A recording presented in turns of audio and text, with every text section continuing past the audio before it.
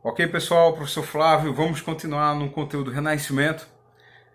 O Renascimento durante o século XVI, ele modifica a forma de criar esculturas, ele modifica a forma da pintura, né? Ele tenta resgatar a qualidade, a beleza do grego romano, daquela época, né? Do estilo.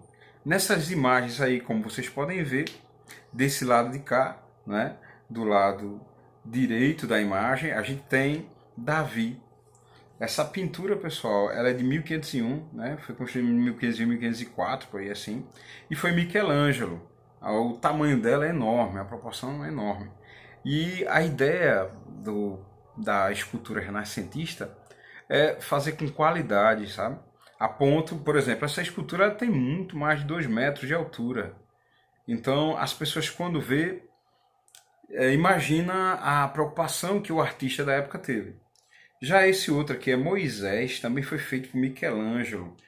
Para vocês terem uma ideia, a qualidade da estátua, de como ela foi feita, é tão detalhista que mostra as veias, mostra a dobra do lençol, né? Mostra um corpo muito bem trabalhado. Isso é muito comum naquela época. Esse aí é o Leonardo da Vinci, que eu tinha comentado com vocês. No século XVI, não tinha como a pessoa que estivesse na ciência ela só ficar fixada em um tipo de estudo. Não, ela iria ali estudar vários pontos. Como eu falei, ele era artista plástico, ele era pintor, ele era engenheiro, ele fazia projetos, né? Ele estudava o corpo humano, né? Vou ler aqui o slide. Professor, não está dando para ler o slide. Vou ler para vocês, tá? Todo slide eu leio. Vamos lá. Foi um dos notáveis pintores do Renascimento e possivelmente seu maior gênio, é o que todo mundo coloca. Foi ele que pintou Mona Lisa, por exemplo. Destacou-se como cientista, matemático, engenheiro, inventor, anatomista. Né? Ele fazia estudos sobre o desenho dos órgãos das pessoas. Ele desenhava crianças, bebês, né? E isso na época era proibido, a pessoa não poderia fazer estudos do corpo humano, era proibido, né, pela Igreja Católica. Mas veja, escultor, arquiteto, botânico, poeta e músico. Hoje em dia a pessoa leva a acreditar que ela só tem capacidade para uma profissão. Né? Ah, eu vou ser só médico, só serei médico. Não, eu vou ser advogado, ou só professor. Não. Naquela época a pessoa poderia ser o que viesse à mente. Então ela poderia ser ao mesmo tempo que médico, engenheiro. E as pessoas hoje considerariam totalmente normal isso aí. Né? Hoje em dia não. Conhecido principalmente como pintor, duas de suas principais obras foi Mona Lisa, que eu mostrei para vocês, e A Última Ceia, que nós vimos dentro desse módulo Renascimento, nós vimos na última aula. Mostrei para vocês. Né? Pois é, Leonardo da Vinci teria sido responsável por essas duas obras que eu acabei de falar. Olha aí, nós falamos sobre essa imagem na última aula. A Mona Lisa, ou La Gioconda, né? Ela foi feita ali entre o século XV e início do século XVI. Diziam que Leonardo da Vinci teria passado por alguns momentos de turbulência na sua vida. O que explica, quando ele estava pintando a obra de Mona Lisa, seria essa parte de fundo que vocês estão vendo aí, ó. Essa parte de trás, né? É um pouco tenebrosa, é um pouco sinistra, tá certo? E a Santa Ceia que eu já expliquei para vocês. Vou passar para o próximo. Escola de Atenas, Rafael Sanzio. Pessoal, tem uma obra que eu quero depois mostrar para vocês, que é a Escola de Atenas, que mostra um monte de filósofos gregos, né? É Sócrates, Platão, Aristóteles, Diógenes, Pitágoras e por aí vai, dentro de uma escola.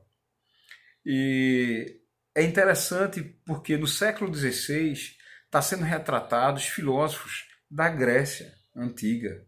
Né? Isso vem a comprovar como o Renascimento, né, o período pós-Idade Medieval, ele mostra que existe uma intenção de retornar, pelo menos na cultura da época greco-romana, né, da época clássica.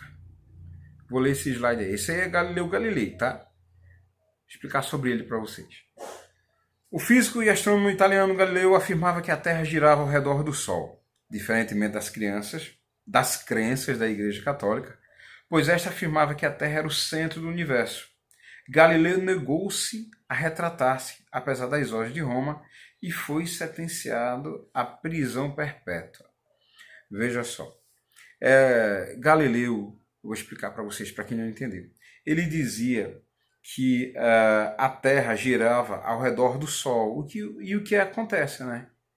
A Terra ela promove um movimento de translação ao redor do Sol. Ela gira ao redor dela mesma, que é o movimento de rotação, e o movimento de translação. Era isso que Galileu dizia. Mas, naquela época, ele foi obrigado a negar, dizer que isso aí estava errado. Porque, de acordo com a Igreja Católica, a Terra era o centro de tudo, né? Então, era a visão geocentrista, o geocentrismo que a Igreja Católica defendia. E Galileu Galilei defendia o heliocentrismo, que é o que é correto hoje. Então, para vocês terem uma ideia, o Renascimento ele não é só cultural. O Renascimento ele também é científico. O Renascimento ele é urbano também. O Renascimento ele é comercial. Tá certo? Pois é, Galileu recebeu a pena de prisão perpétua e olha que ele estava certo, viu? Vamos lá. Olha aí, diferenças entre o pensamento medieval e o pensamento renascentista, tá, gente? Pensamento medieval, aquele pensamento da época da Idade Média, aquela época considerada Idade das Trevas, né? Que nós vimos, dos castelos, dos reis, dos feudos. E agora, o pensamento moderno, que nós estamos estudando quando falamos sobre Renascimento. Eu vou ler primeiro o pensamento medieval e depois o pensamento renascentista, tá? Pensamento medieval, primeiro tópico está ali. Teocentrismo. Centrismo, centro. Teo, religiosidade. Deus, a religião como centro de tudo, era na Idade Média, tá? A verdade estaria na Bíblia. Ninguém poderia contestar. Tá? Na Bíblia. É uma visão estritamente religiosa. A vida material não teria importância durante a Idade Medieval. O conformismo, então, era o seguinte: se a pessoa estava lá naquela localidade, morando num lugarzinho onde chovia todo dia, né? A agricultura fraca, mal se alimentava, ele teria que se conformar com aquela vida, né? A natureza é igual a fonte de pecado. Então, tudo era ou grande parte do tipo de comportamento que a pessoa vivia e levava naquela época tal, era considerado pecado, tá? Então, bebida, pecado. A mulher ir falar sozinha, sair, ter liberdade, pecado. E por aí vai. Ascetismo, né? Não teria, pessoal, como ser crítico naquela época. Teria simplesmente que aceitar, tá certo? Não poderia, em algum momento, criticar principalmente o que a Igreja Católica pregava, né? Então, teria que simplesmente aceitar, né? E dogmas, eram colocadas visões sobre a vida, sobre Deus, sobre a religiosidade que não poderia ser questionada. Se uma pessoa questionasse, ela estaria sendo, como é que eu posso colocar para vocês? Pecadora, né? Herege. Vamos lá. E o pensamento renascentista, dessa época que a gente está estudando? Vamos ver? Antropocentrismo, dessa vez é o homem como centro de tudo, eu comentei agora há pouco com vocês. Né? A verdade baseada na experimentação, na observação. A vida terrena e a material também é importante, tá? As duas. A crença no progresso e não no conformismo, né? Iria ter um progresso, todos chegariam nesse ponto aí. A natureza, que seria bela, onde o homem se insere. O homem faz parte da natureza, né? O hedonismo seria a vida buscando uma felicidade, um prazer, né?